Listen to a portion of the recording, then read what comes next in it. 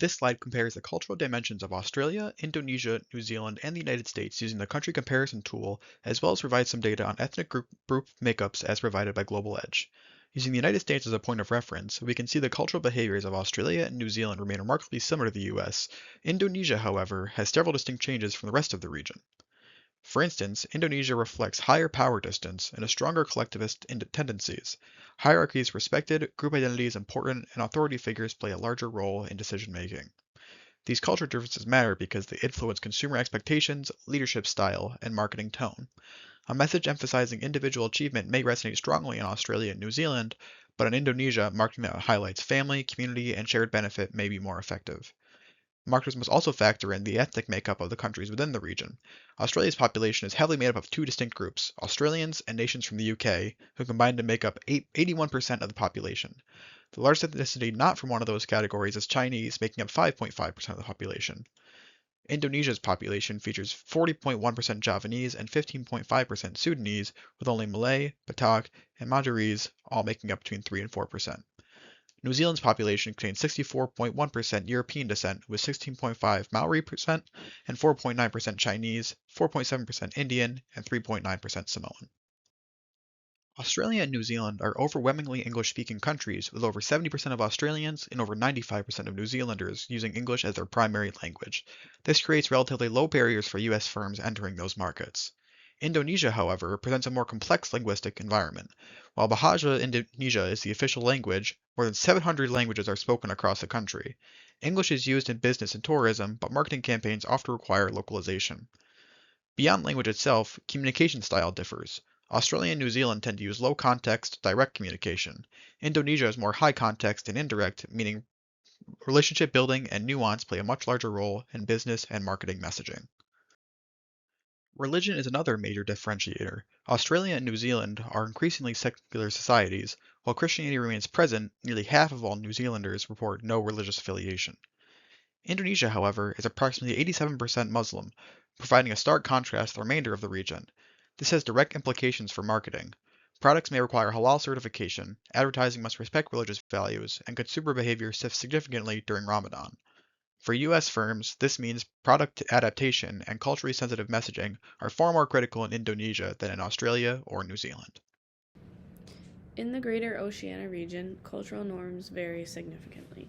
So in Australia and New Zealand, they score relatively low on the power distance and high on individualism, which means that business relationships are relatively informal and communication tends to be more direct. The decisions they make are often data driven and efficiency focused. In contrast, we have Indonesia. They score high on power distance and they have a collectivist culture. Business interactions emphasize hierarchy, respect for authority, and long term relationship building. So in Indonesia, communication is more direct, and trust must often be established before formal agreements can be made. These differences influence how companies negotiate, manage employees, and structure marketing communications across the region. For the political and legal environment in Greater Oceania, the ease and clarity of business regulation is a key factor influencing market entry and the marketing strategy.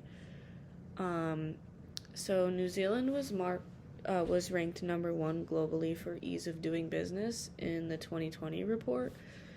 So this reflects very low bureaucratic barriers and efficient regulatory processes, which make it highly attractive for firms in the United States. Australia also performed strongly, ranking around 14th globally. That was in 2019. This indicates a highly supportive regulatory environment for business operations. And then, in contrast, Indonesia's historical rankings have been a little lower, often in the 70s to the 90s range. So this signals more procedural complexity and regulatory hurdles. These differences mean that marketing strategies must align with underlying regulatory ease. In Australia and New Zealand, firms can emphasize competitive differentiation and compliance transparency, whereas in Indonesia, marketing efforts must also account for logistical and legal compliance hurdles that would slow market responsiveness. So, why this matters for marketing? So, the higher rankings in Australia and New Zealand, there's predictable regulation, which means it's easier to plan and launch campaigns, and there's lower compliance costs. The lower rankings in Indonesia indicate complex approval processes, so slower campaign approvals and higher legal costs. Marketing messages may need to emphasize trust, legal clarity, and product safety in Indonesia more than in Australia and New Zealand. So now we'll move on to digital and consumer behavior trends. So consumer behavior across the region is increasingly digital, but adoption patterns differ. So Australia and New Zealand have high internet penetration and mature e-commerce markets, which make online advertising and digital strategies effective. However, in Indonesia, they are a mobile-first market. So many consumers access the internet primarily through smartphones, which means social media plays a major role in purchasing decisions. So digital platforms are often the most efficient way to reach Indonesian consumers. For U.S. firms, this means tailoring digital strategies. So desktop focused in Australia and New Zealand, and mobile optimized and social driven in Indonesia. So this is a risk analysis of political and legal environment.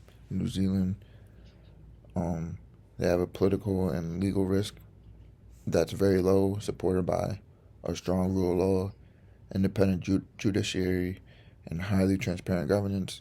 Australia, the government carries low risk and stable legal institutions, effective enforcement, and predictable regulatory and business frameworks. Indonesia, political and legal risk is moderate due to regulatory variability, uneven enforcement, and ongoing governance challenges. And then governance strengths. Both New Zealand and Australia demonstrate robust judicial independence, accountability, and policy transparency that supports business confidence. Operational challenges. Companies in Indonesia may face uncertainty from inconsistent regulations and governance issues requiring careful risk management. Legal environment for U.S. firms. New Zealand, they have a strong rule of law and transparent governance created with a low-risk legal environment. Legal firms focus mainly on compliance and cross-border advisory services. Australia, they have a stable legal framework with strong enforcement but exposure to geopolitical and trade policy shifts. Firms must monitor sanctions, foreign investment reviews, and regulatory changes. Indonesia, evolving regulatory environment with higher risk of policy shifts and enforcement variability. Legal firms emphasize due diligence, contract safeguards, and political risk mitigation. So some implications for U.S. firms. New Zealand, U.S. firms benefit from predictable legal framework and low political disruption risk, allowing focus on growth and compliance efficiency. Australia, U.S. firms operate in a stable legal system but must monitor geopolitical tensions and trade policy shifts that may affect Indo-Pacific investments. Indonesia, U.S. firms face higher regulatory uncertainty and enforced variability, requiring strong due diligence, contract safeguards, and political risk mitigation strategies. Some key takeaways. New Zealand, they have a strong rule of law and transparent governance, which creates low political and legal risk for business. Australia, they have a stable legal system with well-developed regulations, but it remains sensitive to global geopolitical shifts. Indonesia, they have a evolving regulatory environment and variable enforcement, which increases political and legal risk for foreign firms. The cultural context in New Zealand and Australia emphasize compliance, and institutional fairness, while Indonesia requires adaptation to regional business norms. Firms must monitor regulatory changes and implement risk mitigation strategies, particularly in emerging markets such as Indonesia.